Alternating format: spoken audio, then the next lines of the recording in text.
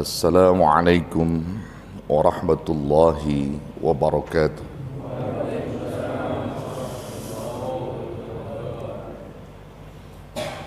Alhamdulillahi wa kafa. Wassalatu wassalamu ala sayyidil mustafa wa ala alihi wa sahbihi ahli sidqi wal wafa'. Wa ba'du fayaqulu Allahu subhanahu wa ta'ala fi muhkami tanzili wa huwa a'lamu bimuradi. Qalu subhanaka la ilma lana illa ma 'allamtana innaka antal alimul hakim. Nawayna at-ta'alluma wat-ta'lim wat-tadhakkura wat-tadhkir wan-naf'a wal-intifa' wal-ifadata wal-istifadah wal-hatha 'ala at-tamassuki bi kitabillahi wa sunnati rasulih wad-du'a ila al-huda wad-dilalata 'ala al-khair ibtigha'a wajhillahi wa mardatihi wa qurbihi wa thawabih. Al-Fatihah. A'udzu billahi minasy syaithanir rajim. Bismillahirrahmanirrahim. Alhamdulillahi rabbil alamin arrahmanir rahim maliki yaumiddin. Iyyaka na'budu wa iyyaka nasta'in ihdinas siratal mustaqim siratal ladzina an'amta 'alaihim ghairil maghdubi 'alaihim waladdallin. Amin. Rabbighfir lana wa liwalidina amin. Saudara-saudara, para pencinta ilmu Masjid Jami Nurul Huda yang saya hormati dan muliakan, alhamdulillah di kesempatan malam ini kita berkumpul kembali bermuajahah, duduk bersama di majlis Rasulullah sallallahu alaihi wasallam untuk sama-sama mencari ilmu-ilmu Allah, juga mengharapkan ridha dari Allah Subhanahu wa taala. Dan kita wujudkan kesempatan kesehatan kita untuk dekat diri kepada Allah, yang semua itu tentu saja dimotivasi oleh nikmat iman Islam yang sudah ada dalam kolbu kita.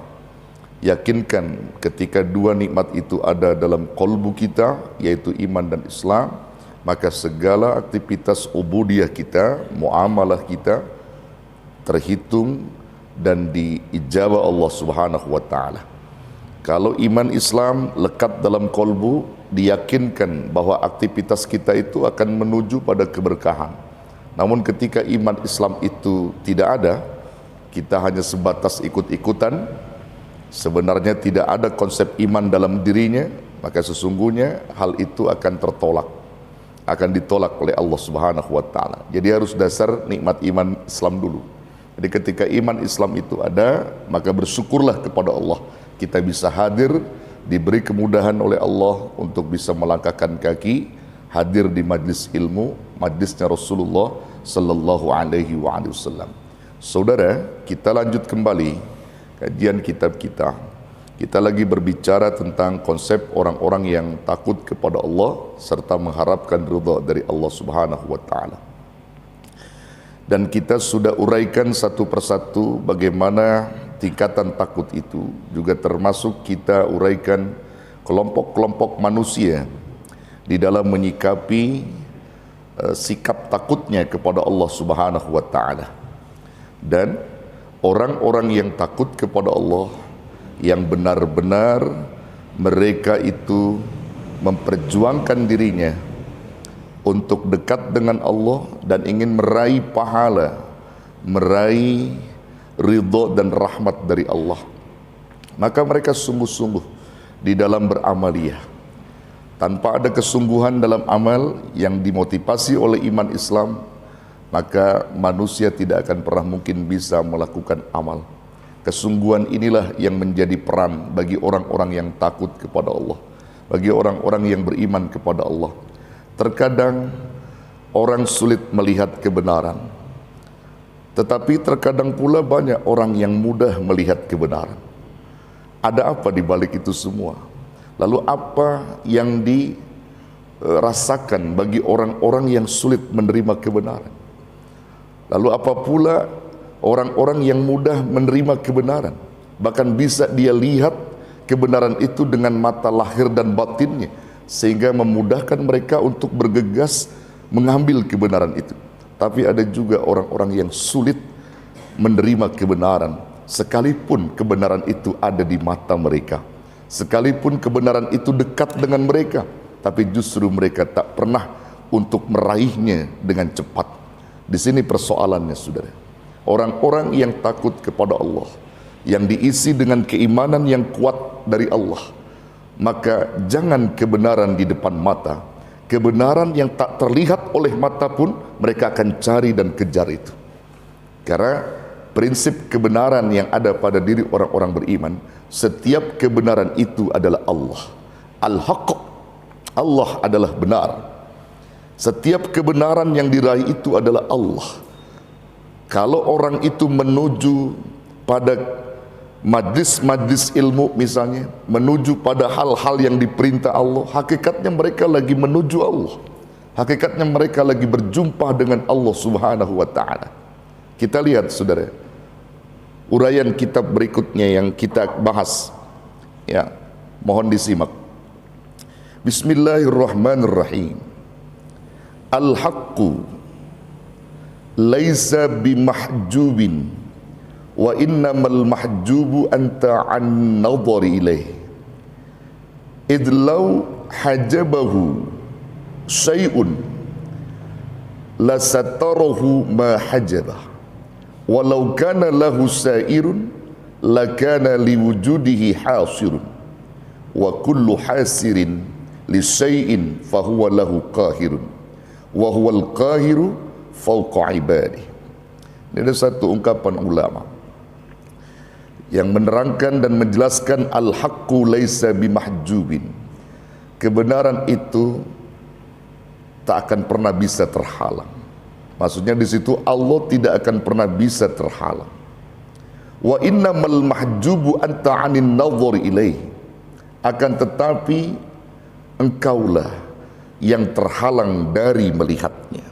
Jadi diri kita yang menghalangi dari melihat Allah, yang terhalang dalam melihat kebenaran itu. Ya, lantaran tidak ada iman dan tidak ada konsep kesungguhan dalam diri mereka. Idlau hajabahu syai'un lasatarahu ma hajabah. Jika Allah terhalang pada sesuatu, artinya kebenaran Allah itu terhalang pada sesuatu, maka sesuatu itu berarti telah menutupinya. Walau kana lahu sairun, dan bila ada tutup baginya, maksudnya ketika kebenaran itu ditutupi dan terhalang, maka secara otomatis bahwa kebenaran itu telah ada tutupnya. Jadi Allah itu ditutupi oleh sesuatu. Ketika Allah itu ditutupi oleh sesuatu, ya, lakana liwujudihi hasirun, tentu wujudnya akan terkurung dengan sesuatu itu. Wa kullu hasirin li syai'in fahuwa lahu qahirun, dan sesuatu yang mengurung tentu menguasai sesuatu yang dikurung. Wa huwal qahiru fawqa ibadi, padahal Allah maha kuasa atas semua hamba-hambanya. Saudaraku, untaian kalimat ini menerangkan kepada kita, jadi Allah itu sesungguhnya tak akan pernah bisa terhalang. Kebenaran itu nggak akan pernah bisa terhalang. Yang bisa, ya, kenapa orang itu tidak bisa melihat Allah, tidak bisa melihat kebenaran? Karena dia yang menghalanginya sendiri.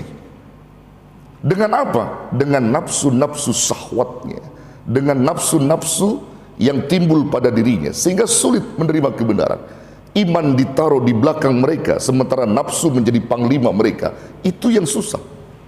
Sehingga kebenaran apapun yang diperintahkan Allah, sulit mereka dapat. Begitu, saudara. Nah, orang-orang yang takut dan beriman kepada Allah, mereka selalu jadikan iman sebagai panglima mereka, akal sebagai panglima mereka, sementara nafsu mereka jadikan sebagai prajurit-prajuritnya yang bisa diatur oleh mereka. Kalau orang sudah menjadikan nafsu sebagai panglima, maka itu akan menuju pada kecelakaan, menuju pada kesengsaraan, saudara. Na'udzubillah, summa na'udzubillah. Kita tidak pernah ingin menjadikan nafsu kita ini yang selalu merujuk pada kecelakaan. Artinya kita menjadikan nafsu ini sebagai prajurit bukan panglima yang bisa kita atur, begitu, saudara, ya. Jadi nafsu itu yang bisa kita atur, kita bisa mengendalikan nafsu itu. Di dalam Quran sudah jelas, inna nafsa la'ammaratum bisu. Sesungguhnya nafsu itu selalu memberitakan manusia untuk berbuat kejahatan. Illa ma rahima rabbi, kecuali nafsu yang dirahmati oleh Allah. Maksudnya nafsu-nafsu yang tenang, yang bisa mereka tundukkan melihat kebenaran Allah Subhanahu wa ta'ala. Kalau orang sudah bisa menundukkan nafsu, maka akan mudah memperoleh kebenaran apapun itu. Nah, saudaraku yang dirahmati Allah, orang ketika mendapatkan keimanan yang kuat dalam diri mereka, maka saat itu ketenangan pun akan mereka raih, ketentraman batin pun akan mereka raih.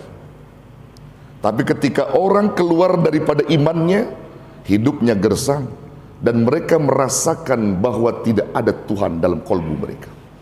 Ketika iman sudah dia lepas, saudara. Saudara pernah dengar kisah inspiratif yang pernah saya ungkapkan dahulu? Mungkin saya pernah ungkapkan gitu ya, tapi tak masalah, kita ulang kembali. Kisah inspiratif dan nyata, saudara, sangat nyata, terbukti. Ada seorang pengusaha besi yang sukses, seorang pengusaha besi yang sukses. Dia bergelimang harta, bisnisnya di mana-mana maju, saudara. Dari mulai 1, 2, 3 sampai puluhan, bahkan ratusan. Sehingga omset penghasilannya itu rata-rata per bulan hampir 10 hingga 15 miliar yang mereka dapat. Bayangkan, saudara, 10 hingga 15 miliar. Menyaingi penghasilan antum gak kira-kira? Hah? Ini sebulan penghasilannya itu 10 hingga 15 miliar, saudara. Kalau antum berapa kira-kira sebulan? Ya, pokoknya segitulah ya. Nah, tapi entah mengapa pengusaha besi muslim ini, saudara, selama 20 tahun menikmati kekayaan yang dilimpahkan Allah itu tak pernah memperoleh ketenangan. Tidak ada ketenangan dalam batin mereka. Yang ada mereka gersang dan gersang, padahal harta berlimpah ruah. Mau apa saja mereka lakukan bisa, mau beli apa saja bisa, tapi tidak membuat mereka tenang, saudara. Dan sulit melihat kebenaran, bahkan sulit melihat Allah begitu. Akhirnya seorang pengusaha besi ini bermuhasabah, mendeteksi dirinya, apa sesungguhnya yang terjadi pada diri saya. Padahal harta yang diberikan Allah itu melimpah ruah, cukup semuanya, kaya raya, tapi tidak membuat mereka tenang. Ada apa ini? Dia bermuhasabah, mendeteksi diri, apa sesungguhnya yang terjadi pada diri saya. Akhirnya ia memutuskan untuk mencari seorang alim yang bisa membimbing spiritualnya, yang bisa membimbing mentalnya, apa sesungguhnya yang terjadi pada diri mereka. Akhirnya dia temukan seorang alim yang mukasyafah, seorang alim yang bisa membaca perilaku-perilaku seseorang sehingga menyebabkan daripada akibat-akibat kesalahan.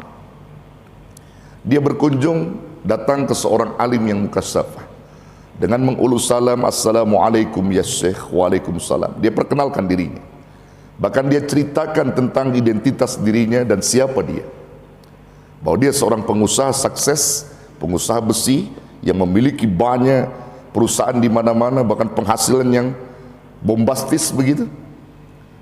Seorang alim mendengarkan apa yang diberitakan oleh dia. Lalu apa yang menjadi penyebab engkau datang kemari, kata seorang alim. Aku ingin bertanya, Syekh, tentang diriku. Apa sesungguhnya yang terjadi pada diriku? Harta melimpah, perusahaan di mana-mana, tetapi justru tidak pernah memberikan ketenangan batin. Hidupku gersang. Hidupku gersang. Tidak tenang. Ketika itu seorang alim yang mukasyafah membaca tentang apa yang diberitakan oleh dia. Apa kata seorang alim? Tak banyak kalam seorang alim menyebutkan kepada dia, wahai saudaraku, bagaimana dirimu tak bisa tenang? Kau selalu berada dalam kegelisahan, kegalauan, kebimbangan, bahkan yang ada batinmu resah. Apa sebabnya? Sebabnya ada pada diri saudara, pada perilaku saudara. Apa itu, Syekh, yang menyebabkan aku tidak tenang dan gelisah? Ketika Allah Subhanahu wa ta'ala, di mana orang-orang berkumpul di rumahnya, di saat mereka berada dalam barisan berjamaah, hamba-hamba manusia yang lain pada berjamaah di masjid, lalu Allah tidak pernah temukan engkau di situ. Ketika manusia yang lain sibuk bersedekah, mengulurkan tangannya, mengeluarkan zakat, infak dan sodakohnya, saat itu Allah tidak temukan engkau di barisan itu.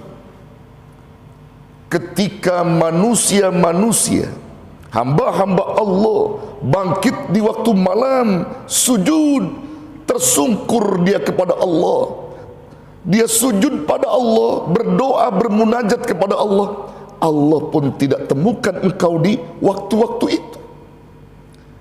Ketika manusia, hamba-hamba Allah membaca Al-Quran, juga Allah tak pernah temukan kamu di waktu itu. Ketika manusia berzikir, membesarkan Allah, mensucikan Allah, juga Allah tidak temukan engkau di situ. Itulah yang menyebabkan dirimu gersang. Itulah yang menyebabkan dirimu gelisah, di mana hatimu tidak pernah tenang. Bukankah yang memberikan ketenangan itu adalah Allah Rabbul Jalil? Huwallazi anzala sakinata fi qulubil mu'minin liyazdadu imanan ma'a imanihim. Dialah Allah yang menurunkan ketenangan ke dalam batin setiap orang-orang yang beriman, agar Allah menambahkan keimanan yang sudah diberikan Allah padanya. Ditambah keimanan semakin tenang, ditambah keimanan semakin tenang, karena dia semakin ingat dengan Allah dan bisa melihat Allah, melihat kebenaran yang diperintahkan Allah Subhanahu wa ta'ala. Kunci ketenangan bukan pada harta, kunci ketenangan bukan pada jabatan seseorang, kunci ketenangan bukan bertumpuknya harta seseorang, tapi kunci ketenangan bagaimana mereka bisa mewujudkan dirinya untuk bangkit taat kepada Allah dan mengenal siapa Rabbnya, dan dia selalu tunduk dan patuh kepada Allah. Semaksimal mungkin mereka tinggalkan apa yang dilarang oleh Allah, dan mereka selalu kerjakan apa yang diperintah oleh Allah. Disitulah kunci ketenangan. Subhanallah. Saudaraku, coba kita lihat kisah ini, ya. Ternyata yang membuat kita tenang itu bukan harta, saudara, bukan kedudukan. Berapa banyak orang-orang yang kelaparan, saudara, tapi memiliki iman yang kuat, ya. Mereka hidup dalam ketenangan, mereka tetap tunduk dan patuh kepada Allah. Berapa banyak orang yang hidup di dalam garis kemiskinan, tapi tidak menyebabkan mereka jauh dari Allah, justru mereka semakin dekat, karena mereka yakin Allah Subhanahu wa ta'ala menyimpan karunia-karunia-Nya kelak di surganya. Saudaraku, di sini kuncinya. Makanya ketika ada orang hidupnya bimbang, gelisah gitu ya, itu sesungguhnya tidak ada Allah di hati mereka. Tidak ada sang pemberi ketenangan ke dalam hati mereka. Mereka tidak ibadah, mereka tidak berzikir, mereka tidak tilawah, mereka tidak melakukan apa yang diperintah oleh Allah Subhanahu wa ta'ala. Saudaraku, andai ketika saudara hidup berlimpah ruah dengan harta, ini misalnya ya, di antara dua pilihan, misalnya Anda diberikan harta, katakan begitu, Allah Subhanahu wa ta'ala melimpahkan harta kepada Anda setiap bulan itu 1 miliar, misalnya begitu, misalnya, contoh saja begitu. Kok nggak ada yang amin antum? Apa terkesima? Kebanyakan.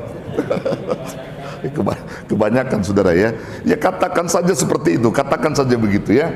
Ya. Tetapi hidup antum tidak tenang, antum jauh dari Allah, antum tidak pernah ibadah kepada Allah. Lalu yang kedua, Allah berikan antum sehari itu hanya 20.000 saja. 20.000 dengan 1 miliar sangat jauh. Tapi 20.000 sehari hidupmu tenang, kau bisa beribadah dengan penuh kenikmatan, kau bisa bangkit di waktu malam, kau bisa sujud kepada Allah, kau bisa berzikir, bertilawah, dan banyak menyebut-nyebut nama Allah. Hidupmu semakin tenang, walaupun penghasilan sehari 20.000. Nah, pertanyaan saya, posisi antum kira-kira mau yang mana tadi? Penghasilan 1 miliar sebulan hidup tidak tenang, jauh dari Allah, atau sehari 20.000 hidup tenang dan kenal sama Allah? Yang mana? Saudara, pilih yang mana? Oh, nggak ada yang dipilih yang antum nih. Hah? Nah, Ustadz Dahlan pinter dia milihnya. Pengennya 1 bulan 1 miliar hidup tenang, taat beribadah kepada Allah gitu ya. Nah, jadi saudara, ini penting untuk kita pahami ya. Jadi sebenarnya kunci ketenangan hidup itu bukan pada harta, saudara, bukan pada kedudukan dan jabatan. Tolong dicatat. Tapi bagaimana kita bisa menyikapi diri untuk patuh dan tunduk kepada Allah Subhanahu wa ta'ala. Di situ, saudara. Maka pantas kalau dikatakan bahwa Allah itu tidak akan pernah bisa terhalang oleh apapun sesungguhnya. Tetapi yang bisa menghalangi adalah dirimu itu. Bukan Allah yang menghalangi, tapi dirimu yang menghalangi untuk melihat Allah, karena nafsu-nafsu yang ada pada diri kalian. Nah, saudaraku, kita diciptakan Allah memang dalam keterbatasan, tapi jangan sampai keterbatasan karena kita makhluk yang lemah menyebabkan kita durhaka kepada Allah. Justru jadikan keterbatasan yang Allah ciptakan kepada kita ini untuk bagaimana kita bisa bangkit taat kepada Allah Subhanahu wa ta'ala. Intinya adalah bagaimana kita bisa menjauhkan apa-apa yang dilarang oleh Allah dalam kehidupan kita. Karena kalau orang sudah berani bermain maksiat, ya, maka hidupnya itu nantinya bakal lalai kepada Allah. Ketika maksiat itu semakin banyak mereka lakukan, maka semakin mereka jauh dari Allah. Karena maksiat itu merupakan pokok pangkal, ya, pokok pangkal dari segala bentuk-bentuk kelalaian. Kalau orang sudah banyak maksiatnya, baik maksiat matanya, maksiat hatinya, maksiat tangannya, maksiat kakinya, dan maksiat seluruh jawarih yang ada pada tubuhnya, itu akan memberatkan mereka untuk bangkit taat beribadah kepada Allah. Saudara bisa melihat bagaimana ketika saudara dipanggil oleh Allah melalui adzan subuh. Di saat hati saudara bangkit saat itu dan tenang, langsung bergegas ke air, berwudu menuju rumah Allah. Di situ ketenangan. Ada orang yang sangat sulit bangun pada waktu itu. Bahkan dia dengar, bukan dia tidak dengar, tapi tidak mau bergegas ke arah itu. Lantaran apa? Karena mereka terhalang oleh perilakunya, terhalang oleh nafsunya. Lantaran boleh jadi mereka banyak maksiat mata, maksiat telinga, maksiat hati, maksiat seluruh jawarih. Itu yang membuat mereka berat untuk bangkit taat kepada Allah Subhanahu wa ta'ala. Ya, di dalam kitab ini diuraikan, saudara, ya, ketika manusia menturutkan hawa nafsu, maka akan mengalami yang namanya ketidakberkahan dalam hidup mereka, bahkan celaka dalam hidup mereka. Aslu kulli ma'siyatin wa ghaflatin wa syahwatin ar-ridha anin nafsi, wa aslu kulli ta'atin wa yaqdhatin wa iffatin adamur ridha minka anha.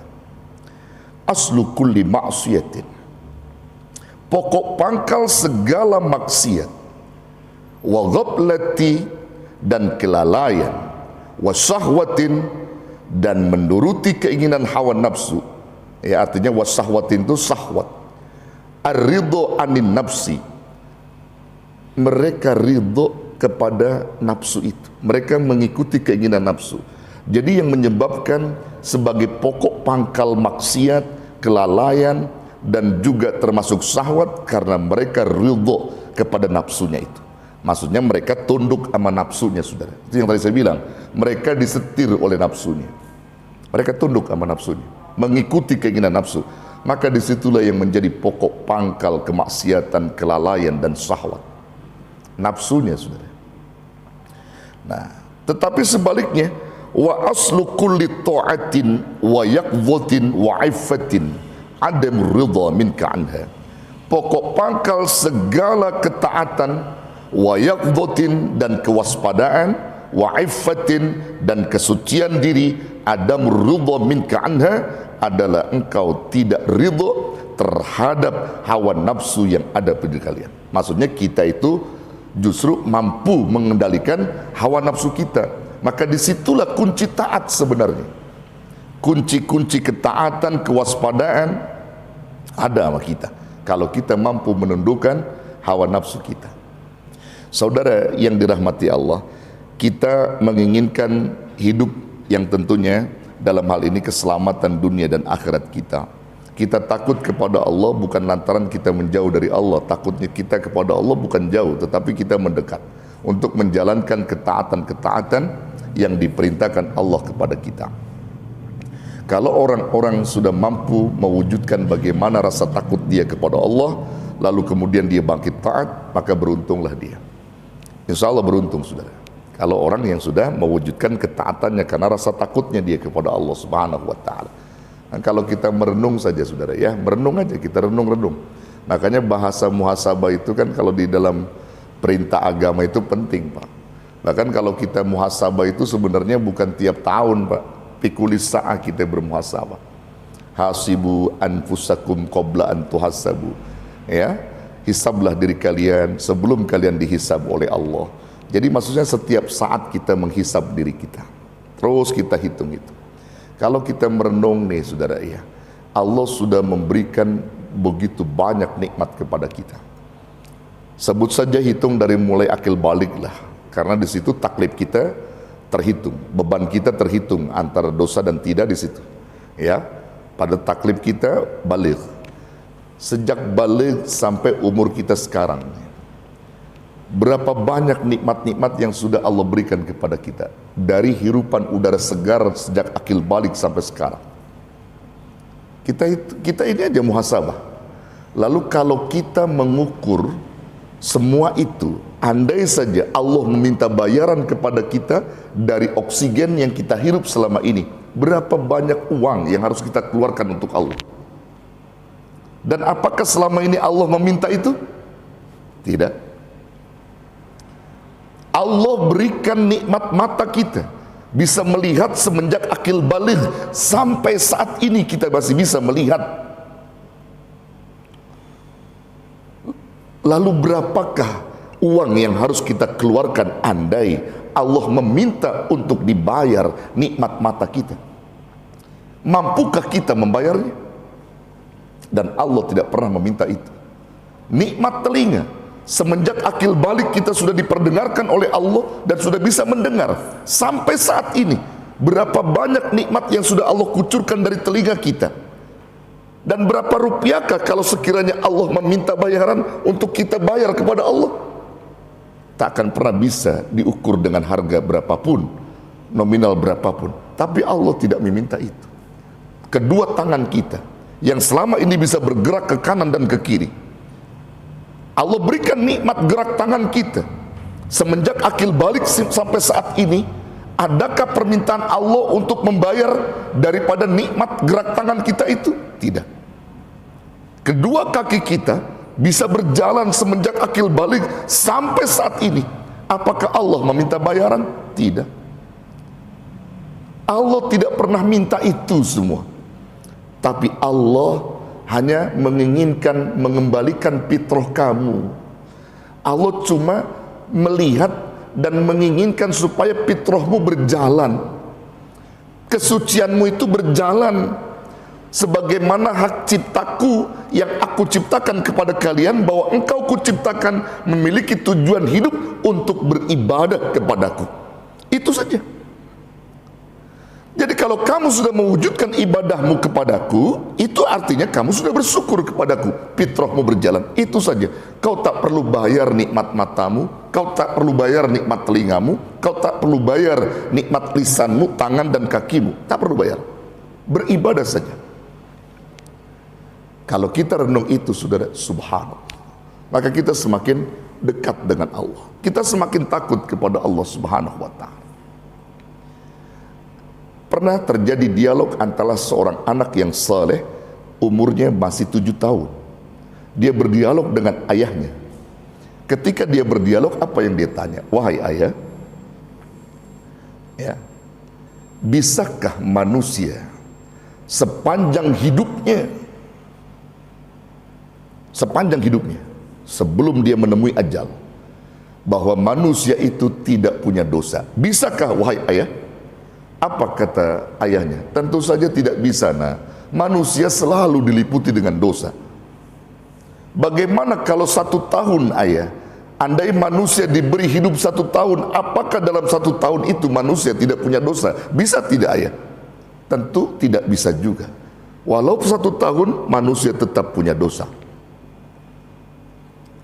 Bagaimana kalau seandainya 1 bulan, ayah? Ketika manusia dikasih jatah umur sebulan, apakah dalam sebulan itu dia tidak punya dosa? Tetap tidak bisa, dan dia masih punya dosa walau sebulan. Bagaimana kalau seminggu, ayah?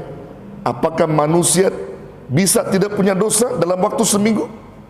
Tetap tidak bisa. Manusia tetap punya dosa, nah, walaupun seminggu. Bagaimana kalau 1 hari, ayah? Apakah manusia tetap punya dosa? Tetap manusia punya dosa. Nah, nggak bisa manusia terbebas dari dosa. Bagaimana kalau 1 jam, ayah? Apakah manusia itu memungkinkan tidak punya dosa? Apa kata ayahnya? Mungkin bisa. Kalau 1 jam manusia hidup, manusia itu terbebas dari dosa, bisa, kata ayahnya.